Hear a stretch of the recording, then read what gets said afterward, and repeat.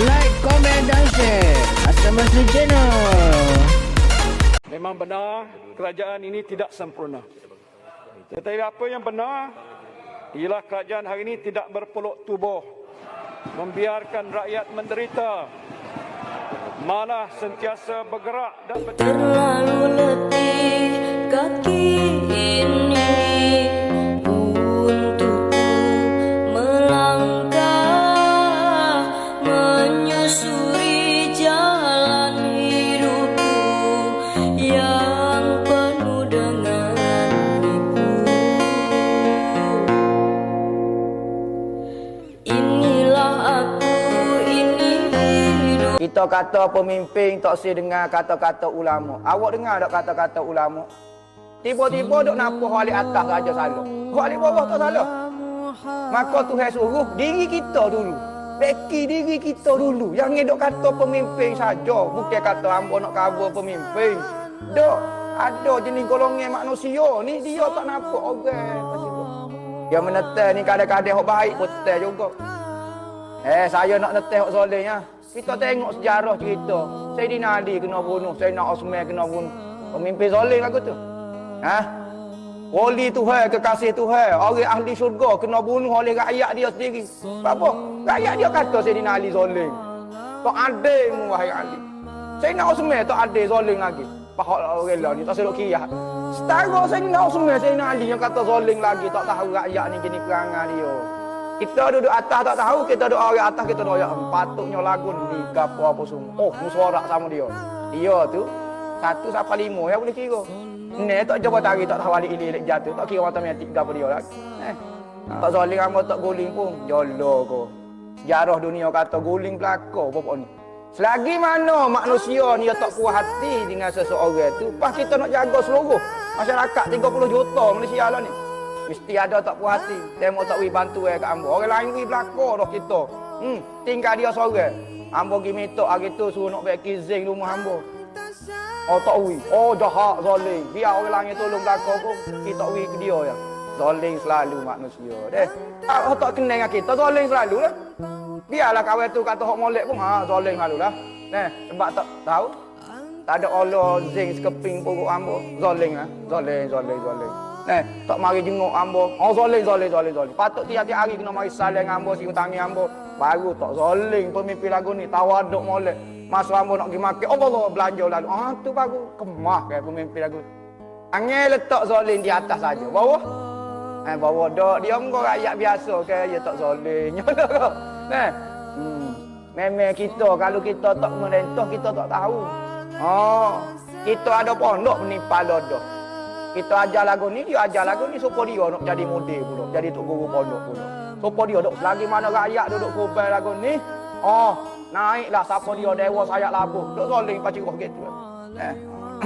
Sebab tu Bani Israel tak dengar kata dia keras kepala Tuhan letak Firaun.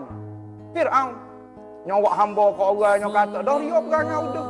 Letak Firaun kuasai dia. Kalau orang tu zalim, kalau demo tak zalim, tak masuk campur, dosa dia tak naik atas kepala kita. Tapi demo duk kata orang zalim. Saya sebagaimana biasa seorang manusia yang sentiasa ikut aturan peraturan, tunduk kepada apa-apa yang ada dalam perlembagaan.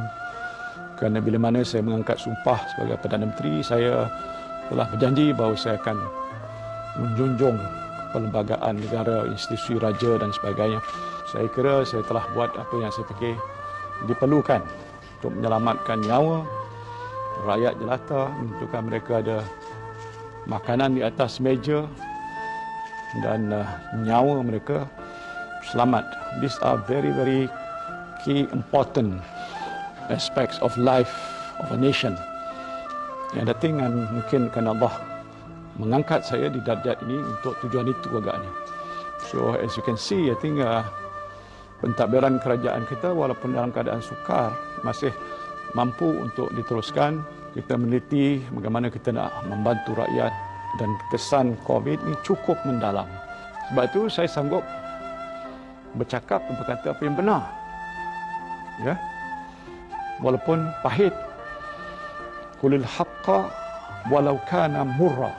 Kata yang benar walaupun itu pahit. Do what Allah says right. Don't do what Allah says not right.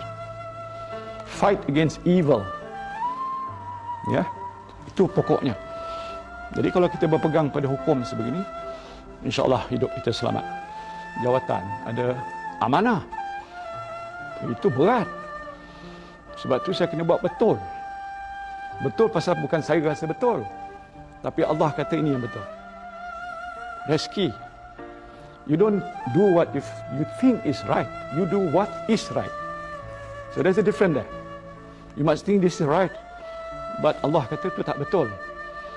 Saya berpandu pada itu.